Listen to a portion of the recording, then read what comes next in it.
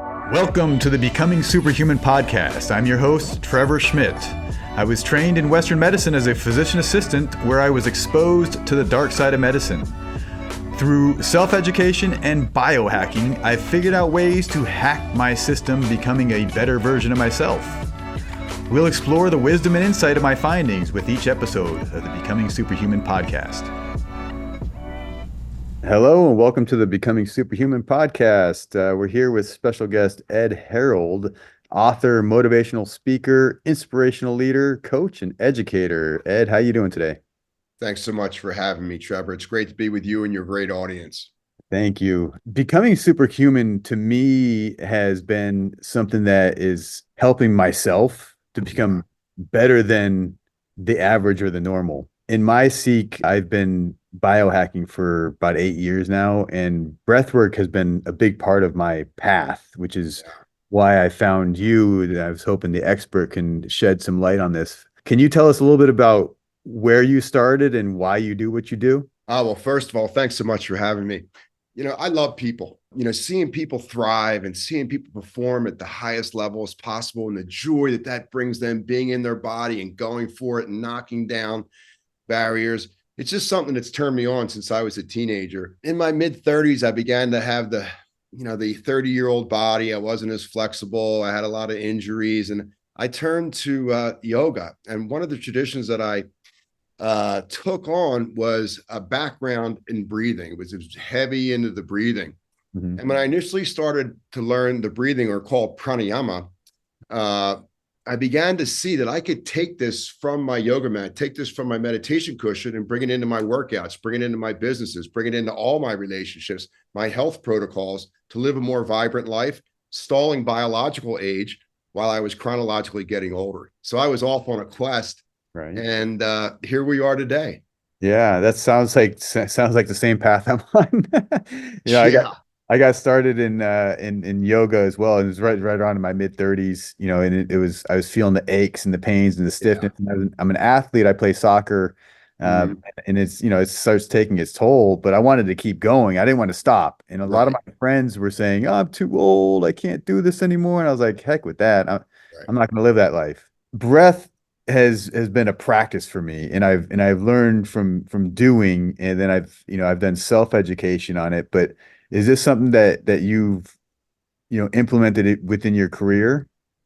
Big time. Yeah. Whether you're a triathlete, whether you're a CEO, or whatever you're doing for your vocation, you're an athlete.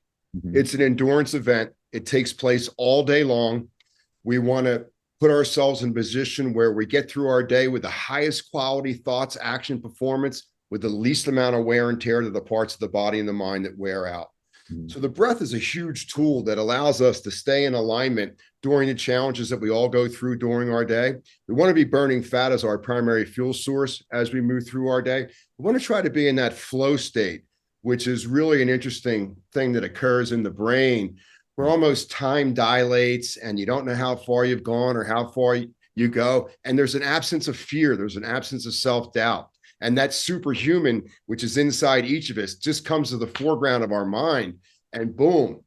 And we can see through, breath control and different breath control strategies that, being superhuman is available to all of us. I'm very familiar in the flow state. And, as an athlete getting into the flow state, it's like I didn't have words for what I was able to experience. Yes. Been doing a lot of this stuff already, but I didn't know why I was doing it. And I certainly didn't know what results I was getting from what I was doing. Been an educational journey to open up my self-realization, really, and understand more about myself. I think first and foremost, we have to become aware of unwinding where in our life right now we're not superhuman, and start to use those triggers that is fuel, like energy and motion, emotion.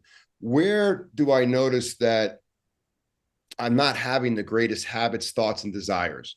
And how does that interfere with my health, how I'm performing in my life, how I feel about myself in my life?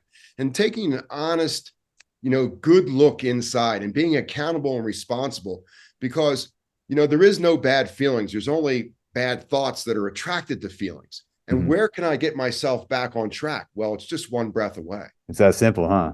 It really is. Life takes place one breath at a time. There's nobody on the planet taking two breaths at a time. Every animal on earth, breathes through its nose its entire time, unless it's hunting or being hunted, where we need that quick burst of energy, that quick burst of adrenaline to either get food or not become food. So Mhm. when we look at the cheetah as the fastest animal on the earth and breathes entirely through its nose, I was looking to investigate that. How can I open up my airway? How can I get deeper into my source energy? How would you say that would be the best way for a beginner, has never done any breath work? Where would you start? Well, I think one of the good things is activating this thoracic diaphragm. We call it a muscle, but Mhm. it's really an organ in regard to all the responsibilities it has to Mhm. keep our good rhythm and sleep wake cycle, to reduce inflammation and improve circulation, lower acidity levels, raise alkalinity levels. But people who are new to breathing, if you just feel these floating ribs, these lower floating ribs that aren't attached to the breastplate, and you just bring your hands here and you inhale into the lower lobes of your lungs, and you can feel these floating ribs, and you just slow it down and you just feel the visceral effect of just bringing the air into the lower lobes of your lungs, not up into your chest and the top sleeve of the lungs. Right there, you're doing something amazing for yourself. So you're taking this oxygen and you're bringing the air into the lower lobes of your lungs. And the physiology of the lower lobes of the lungs is resilient. It's fat burning. It's calming. It activates the enteric nervous system. So your digestion, elimination, and assimilation of the food that's in your body is efficient. It's Mhm. great for the liver gallbladder, wonderful for the stomach spleen. But the lower lobes of the lungs are imbued with parasympathetic, oxygen rich, hemoglobin rich, iron rich nerve endings. And when the air goes into the lower lobes of the lungs, there's signaling molecules there that trigger that energy to go into your muscles. And it takes a tremendous amount of energy for us to be us. It takes a lot of energy. So when you start to breathe into your lower lobes of your lungs, your energy is going to be endurance energy. It's going to be sustaining energy. You're going to get stronger as the day unfolds.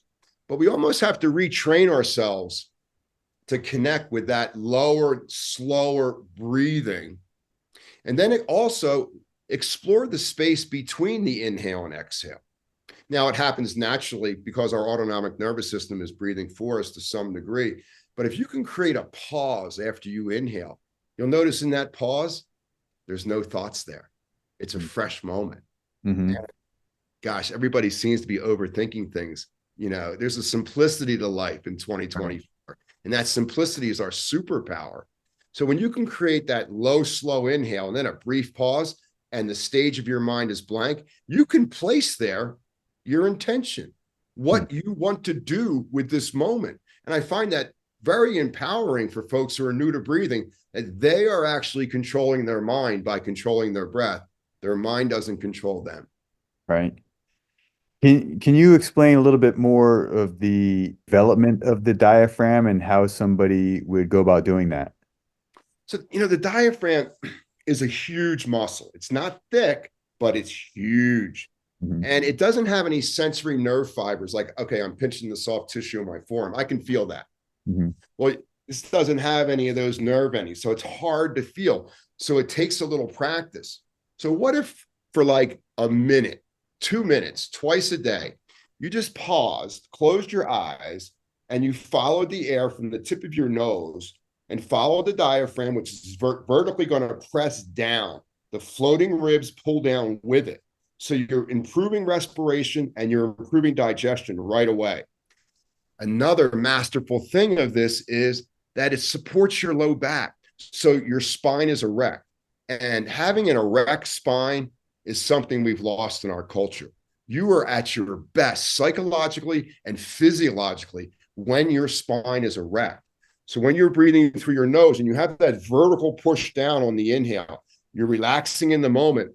Your spine is perfectly straight, and the patterns of movement that you're doing are most efficient. You're stable in your legs and your feet. Recently read the book The Oxygen Advantage by Yeah. Patrick McEwen.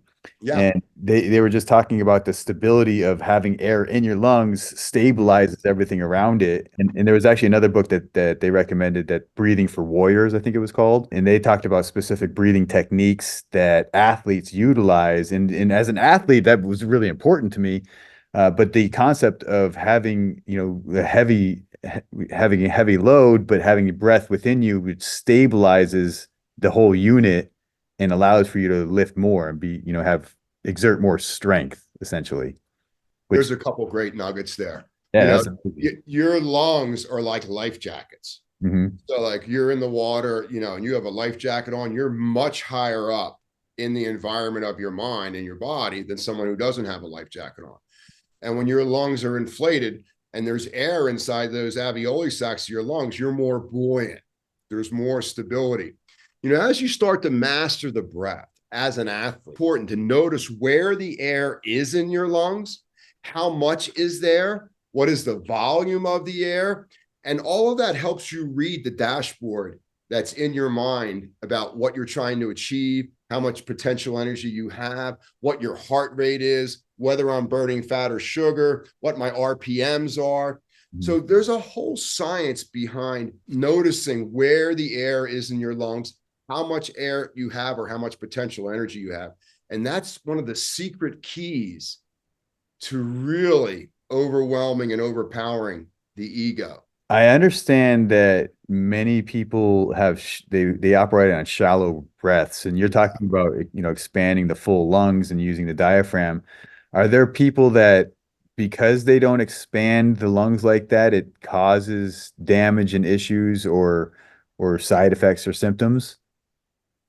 Well, it begins to create disease. It begins to create stress. Everything has to work harder because you're not as buoyant. So if you're, sometimes they call them clavicular breathers or upper chest breathers. Mhm.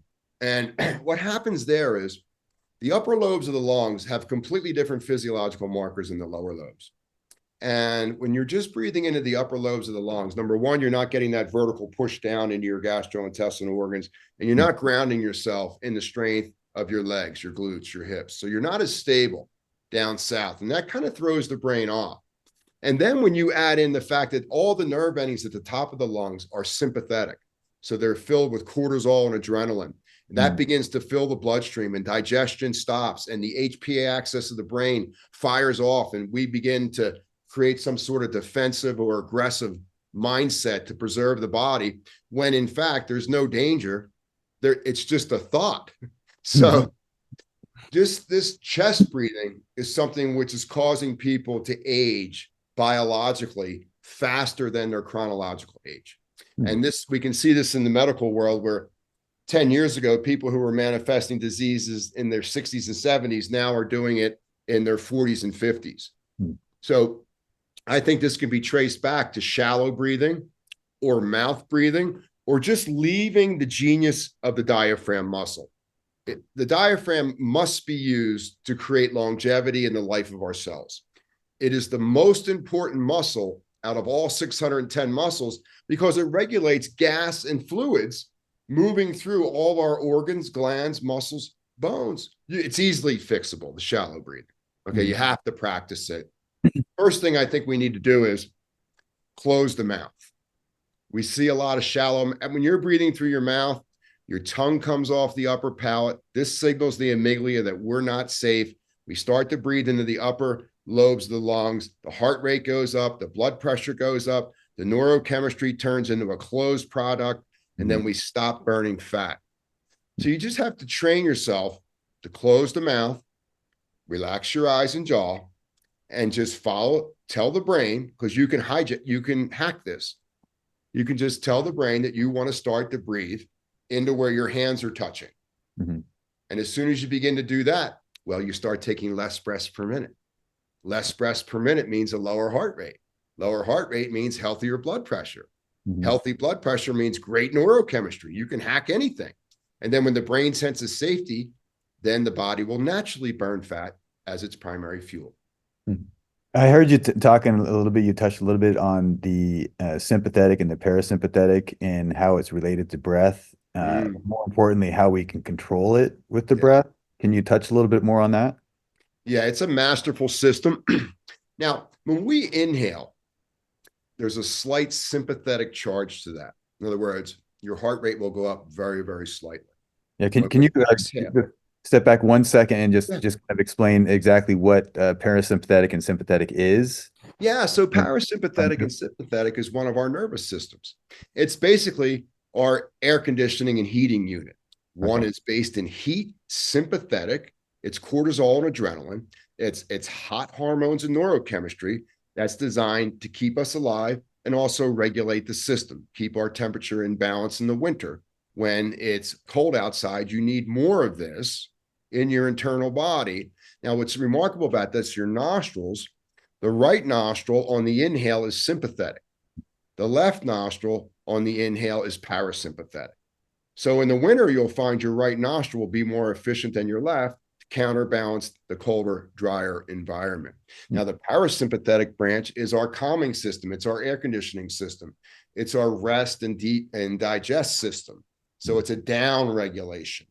Most folks have a impaired parasympathetic system from a shorter exhale than inhale. So having the inhale slow. So the inhale is sympathetic, which is hot, but if you slow down the inhale, you'll bring cooling qualities to it. You'll stabilize your mental world and you'll make the best choices possible in whatever is in front of you in your life. The idea here is to bring parasympathetic qualities to humanity today. So staying with your exhale longer than your inhale, it's going to flood your body with relaxation chemistry. You're going to feel good.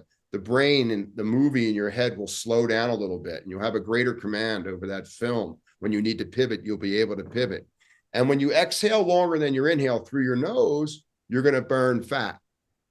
Fat is our primary fuel source. Glucose is our secondary fuel source, and we don't have as much in our body as fat. The glucose is for the brain, the fat's for the body. So when you start to exhale longer than your inhale, you turn into a fat burning machine, an inflammation reduction machine. Most folks in society have very weak exhale muscles, and they're doing these little shallow inhales, and it's destroying our parasympathetic sympathetic balance. Our central nervous system is fried, and we're living in a state of fright and fear like I've never seen before in my life. Yeah, it's wild, right? I don't know what happened. It's I don't know either, but I think all the technology definitely triggers some of these things. Yes. In I was just talking about this earlier about the dopamine in our systems, and this we have it's so easy to get, Right. and I think it's distracting, and people are not focused on their breath. For me personally, all these things that you're talking about philosophically that makes sense, but the actual implementation has been a challenge. And I think that the implementation for me became easy when it was subconscious, meaning I practiced it already thousands of times, and then it just happens. And that's where I've really noticed the impact on my life. And it came from the practice, the daily disciplines. It's so well said. So anytime we're trying to change a behavior or change a habit, and let's face it, we're all habit driven creatures.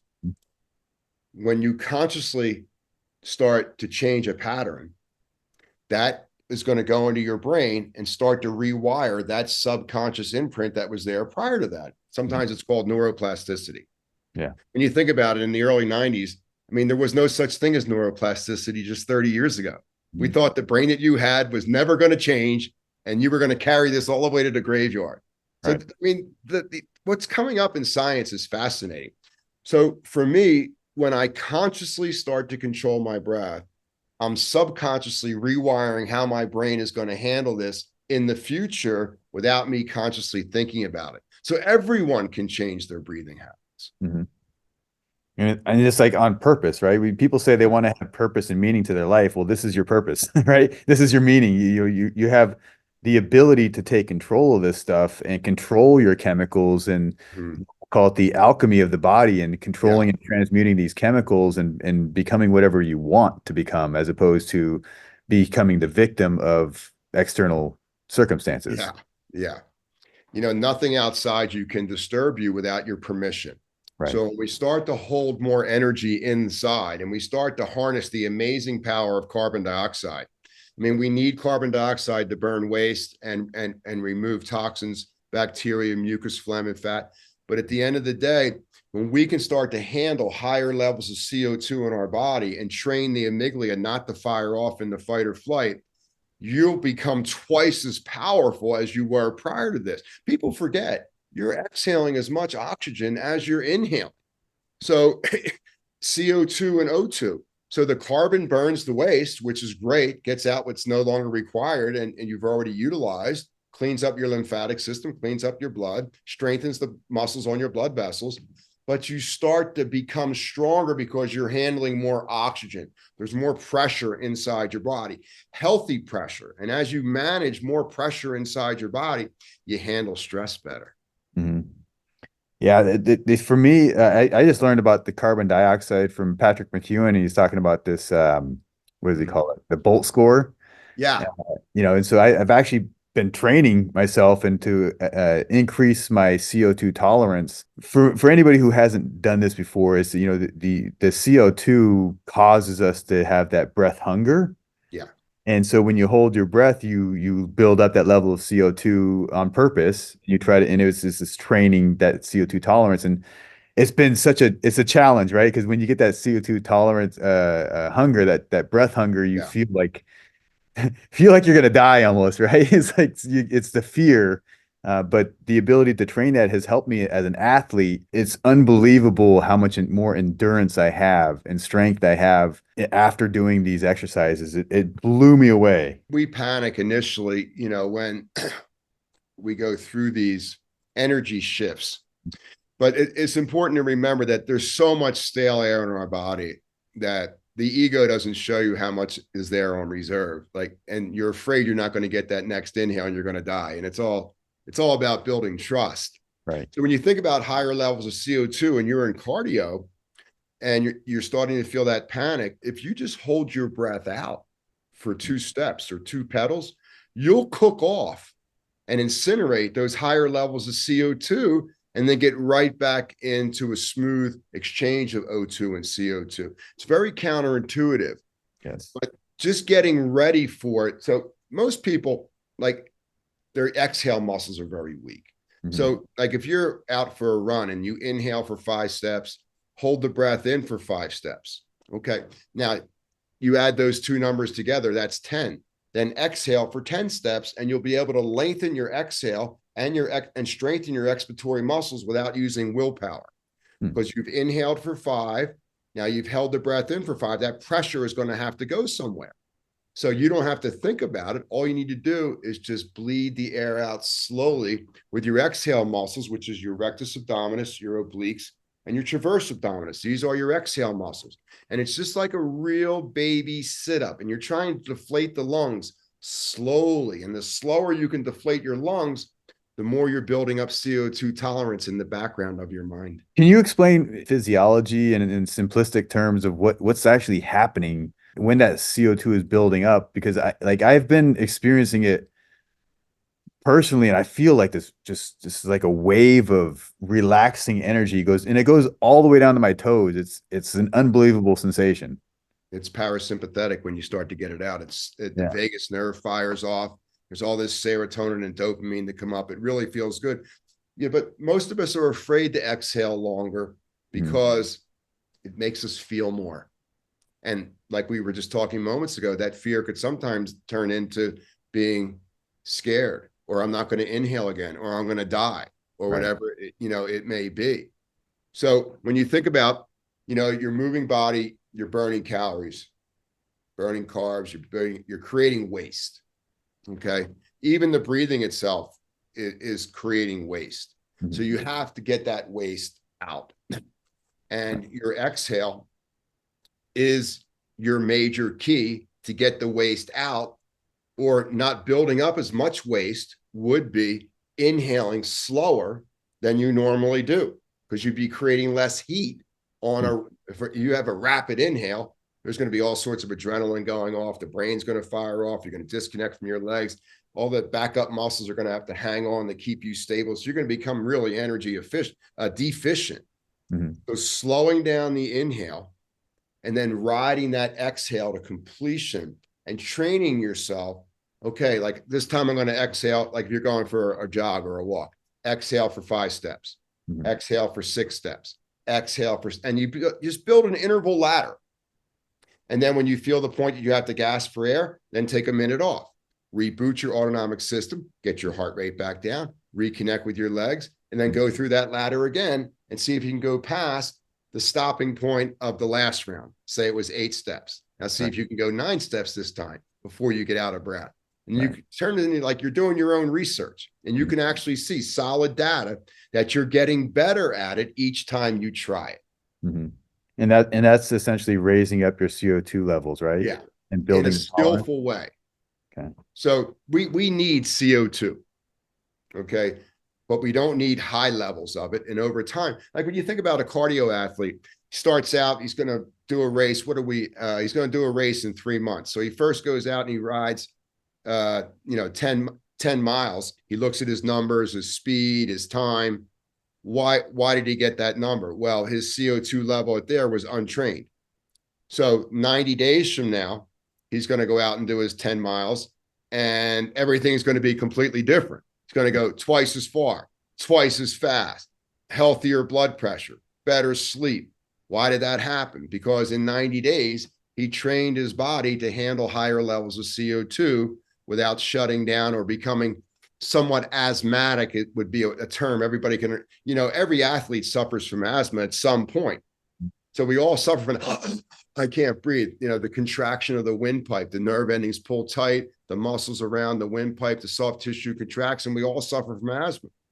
So the idea is strengthen your breathing between these diaphragm muscles, the pelvic floor, the chest, and the roof of the mouth, handle more pressure in between these 2 diaphragms, and you'll be fine.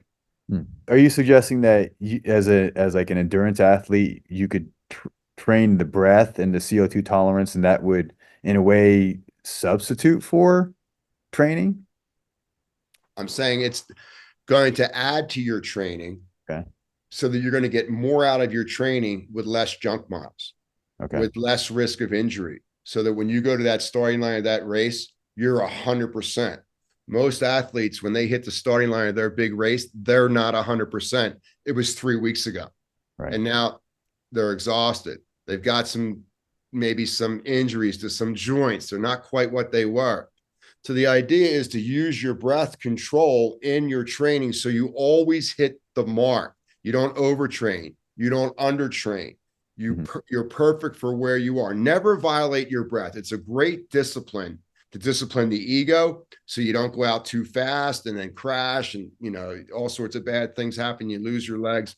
The breath is always going to tell you exactly how it is for your training, where you are at this particular day. It doesn't have the ability to lie. So the idea is to always control the breath so you can control your heart rate. And when you can control your heart rate, it's easier to be optimistic and positive in the thoughts and progressions that we all go through in the mind in training and racing. Let's say I'm out running and I start losing my breath, meaning, like I start having to overbreathe too hard. And I feel like I need, instead of breathing through my nose, I feel like I need to breathe through my mouth. What's the technique at that point? What do I do? What a great question. This is the holy grail right here. So you're going through a progression. You start to notice that I'm going to lose my nose and I have to take a couple pants through my mouth. This clavicular breathing. And that begins to set off a whole cascade of chemicals and things that we don't want to occur for an endurance athlete. So remember, you can also use your diaphragm through your nose and reset your autonomic system really quickly. So it might just be just a real quick inhale, real quick exhale, or maybe two quick inhales. So you're just giving the brain a quick hit of oxygen to reboot the neurochemistry, and you're getting that quick exhale, which is getting the higher levels of CO2 out quickly. So when you're going through progressions, rather than try to take that long, slow, deep, nasal in, you're not going to be able to do it. So what you do at that point is you use diaphragmatic breathing, but just fast through your nose. And it'll reset this autonomic system right away. You go back to your legs, and in 5 seconds, you're back to your nasal breath. Hmm. It's interesting. I have to try that. Yeah, it's great. Well, when you think about, you know, the the pranayama breathing. Hmm. So when you think about the diaphragmatic breathing, the ujjayi breathing, the ocean sounding breath, that's how we want to be breathing most of the time. Now, you have these fast breathing techniques through the nose. Now, if you do a lot of fast breathing through your nose, it's called like a fire breath Hmm. or a kapalabhati or a Bhastrika. And that's great to super oxygenate your cells before you're going to go up a hill or you're going to go through a climb. You'd want to go through about 20 rounds of that, just prepare the mind and body for it going up against the resistance of your environment. But if your body's overheating and you feel like you need to let the pressure out through your mouth, you can actually take a couple quick rounds through your nose really fast, and it's a cooling breath. Hmm. That's interesting. It's so cool. I can't wait till you try it. Let me know how it goes for you. It Yeah. blows athletes' minds when they begin to see that they don't have to mouth breathe anymore. Hmm. Yeah, it was funny because I I was training for a marathon once, and Mm-hmm. in my training I was a mouth breather. Mm-hmm. I didn't know any better, and I read this book about the Nike guy that started Nike, and he was a long-term runner, and Phil Knight he described he had this epiphany when how good he was is when he compared himself to whether he could be breathing through his nose on a long run. And if the guy next to him was breathing through his mouth, then he knew he was in better shape. is going to beat him. Yeah. And so that's after that, I was like, wait a second, you're supposed to breathe through your nose when you run? I'm like, I run hard and I'm breathing hard. And so I didn't recognize that I was supposed to be doing that. And so I started doing it from that. And that's helped me along my path of having more energy for longer periods and doing these endurance type races. Yeah. And it all comes down to the breath. And being more present. Yeah. You know, we don't want to miss our journey. There's something about being in the body that if you love being in your body, you're going to be like that the rest of your life. And how do I preserve that? How do I create longevity in the life of my cells? How can I actually train hard, but also use breathing as being in a recovery mode, even when I'm training hard? So I'm Right. already beginning to integrate my gains while I'm out pounding the pavement, bringing it all together in the one, the preparation, the warm up, the performance, and the recovery. Well, the breath's got you covered.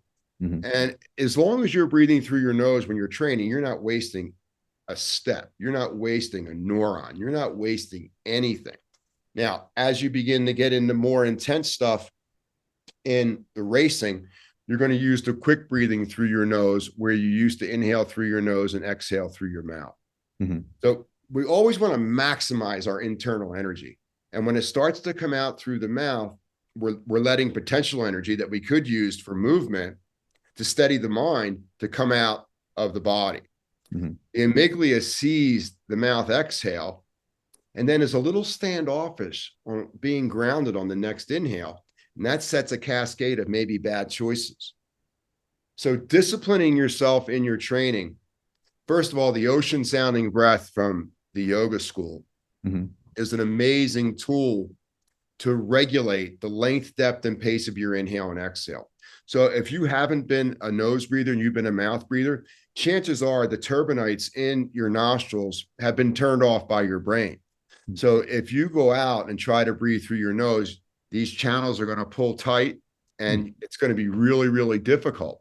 But if you learn to breathe through the top of your trachea and your windpipe, what happens is the first awareness you have of breathing is the wind of the breath moving through your windpipe. This dilates the nostrils wide. So there isn't any tension on pulling the nostrils for Hmm. the required air that you're going to need to start breathing through your nose. So learning how to valve the air through your throat will dilate the nasal channels and the sinuses so you can get into nasal breathing. The brain will see that you want to use the nose for breathing and it'll turn those receptors back on. Hmm. That's interesting. I have quite a few friends that have broken their nose in the past Yeah. and struggle with the spacing, and have difficulty breathing through their nose, and that's caused them to breathe through their mouth. It's challenging. It takes time. Some of the chiropractors out there are using stuff with balloons where Mm. they're pumping balloons up into your nose, and they pop the balloon and it opens the air channel and it reshapes the cartilage through the sinuses and these little bones in the face. So there's some, I forget what it's called, but they put these balloons into your nasal channels and they blow them up, Yeah. and people are getting remarkable results. Like stuff drains out of their brain. They start to feel better in their face. They sleep better at night. The Right. low jaw tension of the masseter starts to go away. Uh-huh. There's some really interesting ways to do it. But when you do have nose issues, you really got to mind your P's and Q's. Like you can't eat at night. Like you can't put anything in your body that you can't burn away right away. You got to get up in the morning and get a neti pot or some sort of a saline solution in your nostrils to lubricate your airway. Anything you can do to keep inflammatory markers down, you need to go that extra yard. But then once you do it for a while, the finer parts of the air, the chi, the prana, will penetrate the physical body, the spaces that are closed off. You'll be able to start to breathe through it. But it's going to take you longer to do that than someone who doesn't have sinus or nasal issues. Mm-hmm. So just hang in there with it. You're gonna be able to do it. What's your experience with somatic breath work or some of this more like transformational breath work? I think it has a place in our society. I think it's a wonderful tool to use to clear trauma, uh, to heal our life, to heal the younger version of our life, the mother, father, teacher, pastor, that whole framework that we had as young boys and young ladies, of how they thought life was going to be. Right. So I believe there's a huge place for transformational breathing, but it needs to be very sacred, and it needs to be very medical. Mm-hmm. It has to be monitored closely. You're stirring things up that we have buried in our subconscious and our unconscious. And when we bring up trauma, it's important that we're in a safe space that we can land the plane, so to speak, before you go back out into your regular life again. So I'm a big proponent for bringing these things up and cleaning up the trauma, but I'm also a huge proponent for the integration period. Mm-hmm. So if you're going to be stirring things up for 45 minutes or an hour, it's probably going to take you the rest of the day with a facilitator to really download and land the plane in regard to what you're exposing to the mind again. That's an interesting way of putting it. What's your understanding of how this actually works? How is it, dislodging emotions and trauma?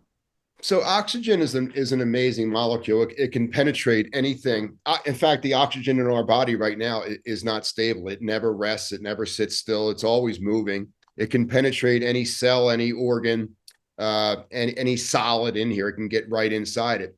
So when we begin to really super oxygenate ourselves at a deeper level than where we normally live consciously, it begins to open up old wounds that are stored in our fat cells. So when we think about our past and emotional molecules, our past is stored in our fat cells, in our inflammatory markers. It's not stored in our glucose, because glucose only lives in the body for 90 minutes a day. But inflammation has been in our body for 6 months, a year, 6 years. And when you think about our subconscious drives, our unconscious, you can't all store it in your head. It's stored in the body, predominantly in our glutes, our hips, our love handles, areas where we see inflammation as we begin to age. Mm-hmm. And when we purposely oxygenate the body at that level, oxygen is the most powerful molecule on earth. It is the ultimate purifier. It's in our water. It's in our air. It's in everything. And when it runs into trauma that is encased in these cells, it cracks them open to the mind. And then those narratives of maybe things that we've suppressed in the past and say, okay, I'm just going to close the door on this and lock this in the closet, the dungeon, and never bring it up again. I don't want to ever talk about it. Well, guess what? You're bringing up that old subconscious memory in an effort to transcend it, to transform it, to heal it, to live a little bit lighter in our subconscious so we can live a little more present and be conscious to the superhuman that's inside each of us. Mm-hmm. So oxygen will open up this story, and heavy breathing will do that. And I think it's a great tool, but you need to be with the right group of people when you do it. Right. You have to feel safe, because the stuff that's going, and we all have it. We all have trauma in our body. We all hold shame where Mm-hmm. we think we didn't measure up. And we all hold blame where we think people have let us down. We all hold guilt where shame and blame haven't been healed. That's like the advanced level of Right. shame and blame. And everybody on the planet right now, I mean, the biggest calling, I think, is having a great self-care routine. This is why what you're doing is so important. It's opening up the people to different ways to get back on track. Mm-hmm. What's your normal routine, or would you have a recommendations for like a beginner breath work, like for morning routine perhaps, or something simple, basic, that people can become more conscious at that moment in practice? Yeah, that's a great question. So for me, it always began before I would bring it in or outside of my house. I would start, in a seated position. And it first starts with controlling the inhale and feeling that vertical press down into your body, into your legs. You're stabilizing the lower body. You're stabilizing the brain. The in breath, the inhale is really the down breath. It's going down. So everything is going down. The diaphragms are going down. Everything is pulling you down into your body. The exhale is the up breath, the out breath. Now, there's lots of things that you can do to just tune yourself back in to how you were breathing when you were a young child before your ego developed. We're all nasal breathers. The DNA is designed for us to maximize energy and awareness by breathing through our nose. We do have a onboard intelligence for mouth breathing that's there, which is only an emergency breathing mechanism to be utilized when we're sick and the nostrils are clogged with mucus, phlegm, and fat, and that would pass in 2 weeks, and you would breathe through your mouth during that time to keep you alive. Or you have the ancient mouth breathing technique to get food or not become food, fight or flight or freeze, which Right. is very deeply woven into our subconscious. So training yourself, I like to start by just inhaling my arms overhead. And this opens my rib cage. I'll hold the breath in for a second, and then I'll exhale, stretching the rib cage open.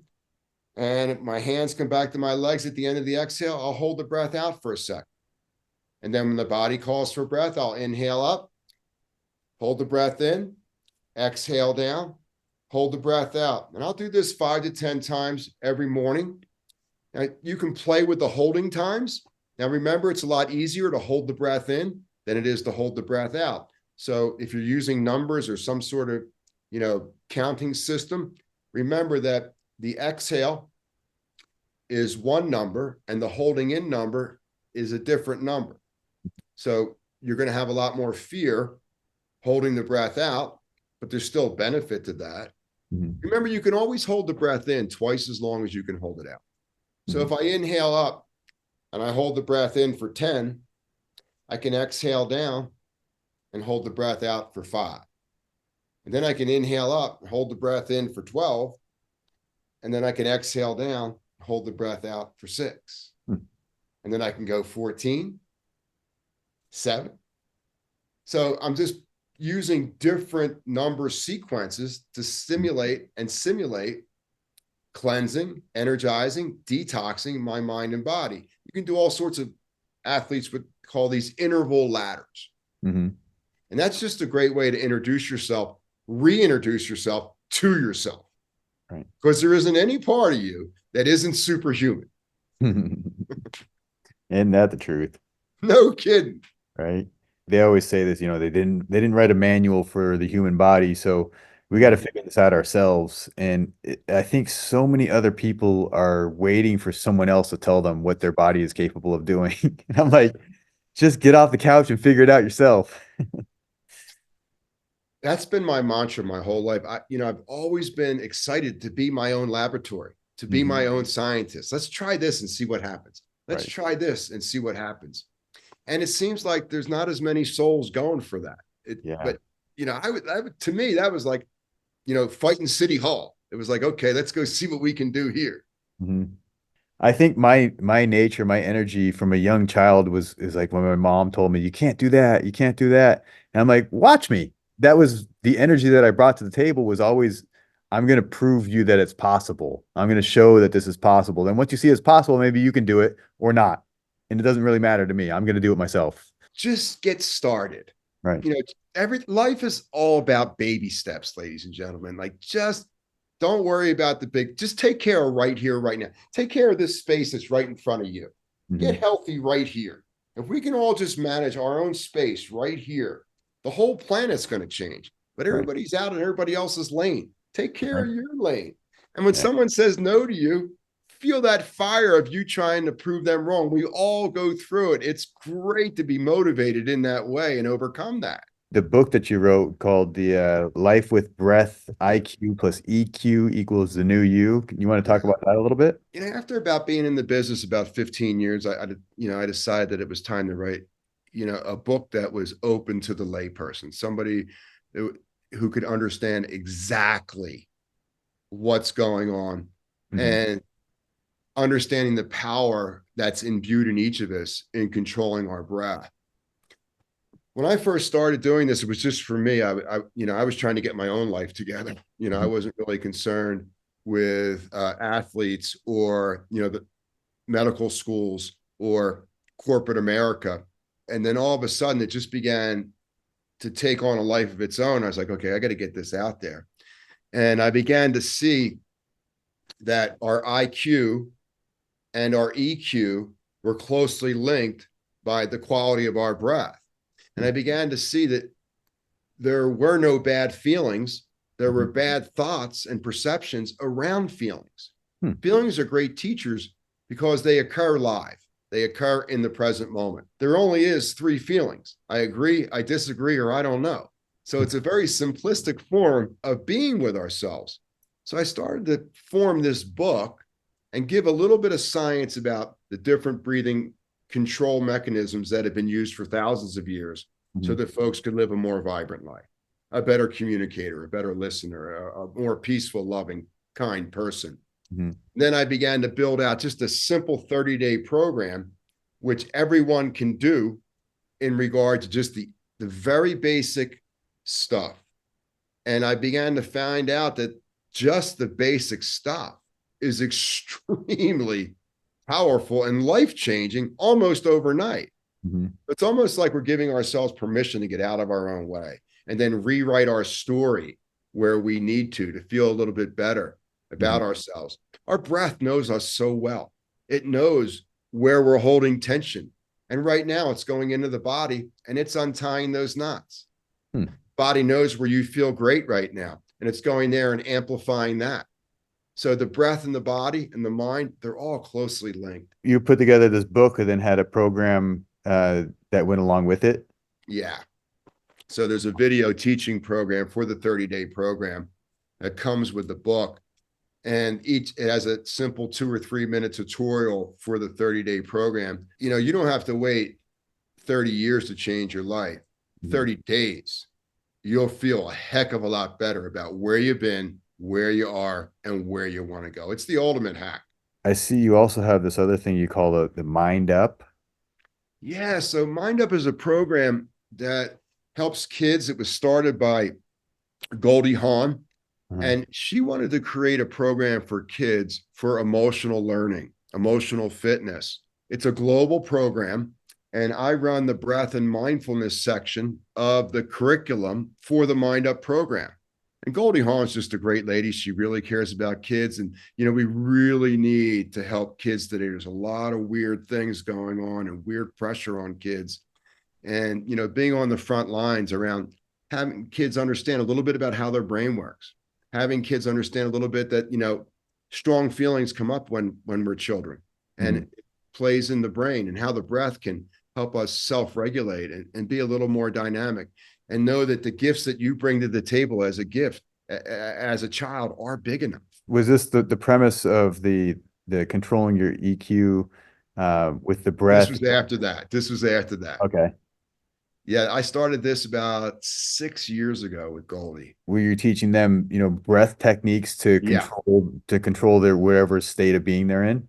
Yeah. So we also taught the parents and teachers, Hmm. but what we taught the kids were things we called brain breaks.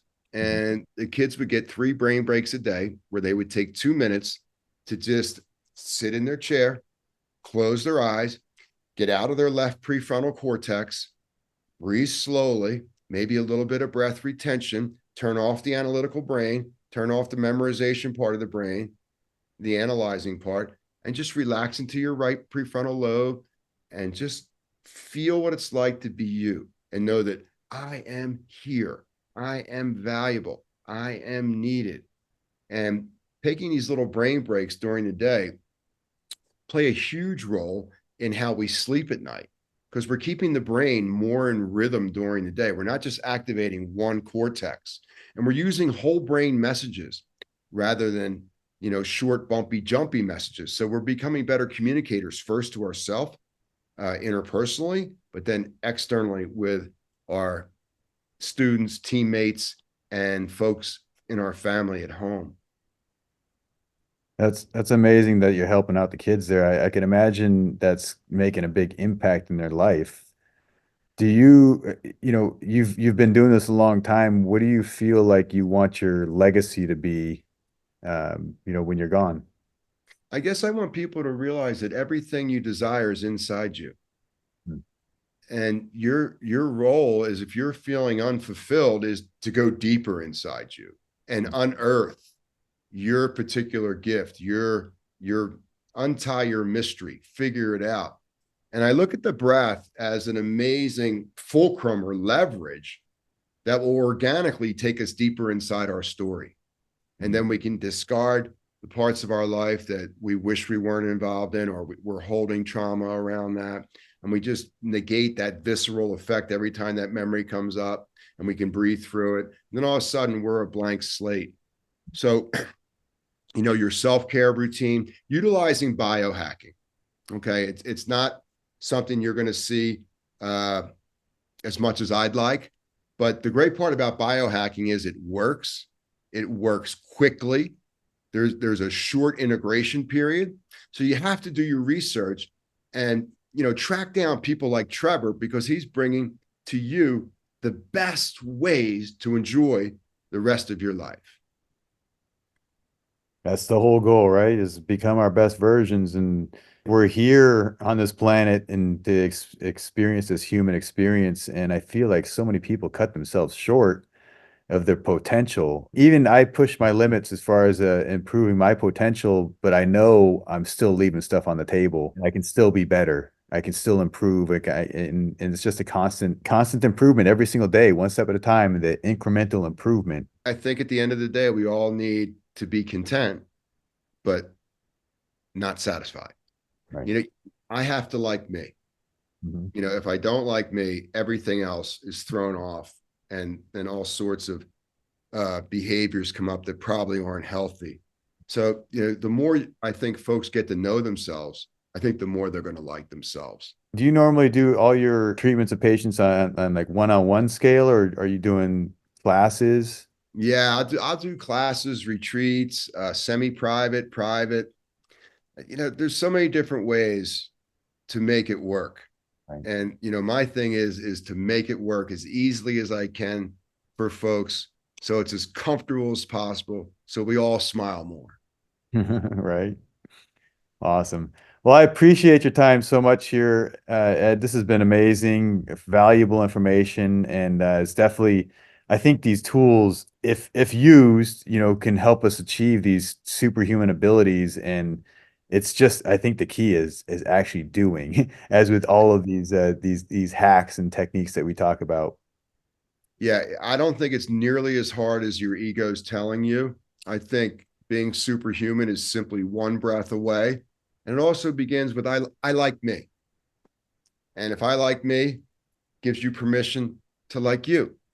Right. And then all of a sudden all the barriers come down. And then we can all just see the best in each other rather than what we perceive as the worst in each other. Gandhi said, "Be the change you wish to see in the world. You must choose to become superhuman." Thank you for listening to this episode of the Becoming Superhuman podcast. I'm your host, Trevor Schmidt. Be sure to follow our social media channels. We'll see you next time.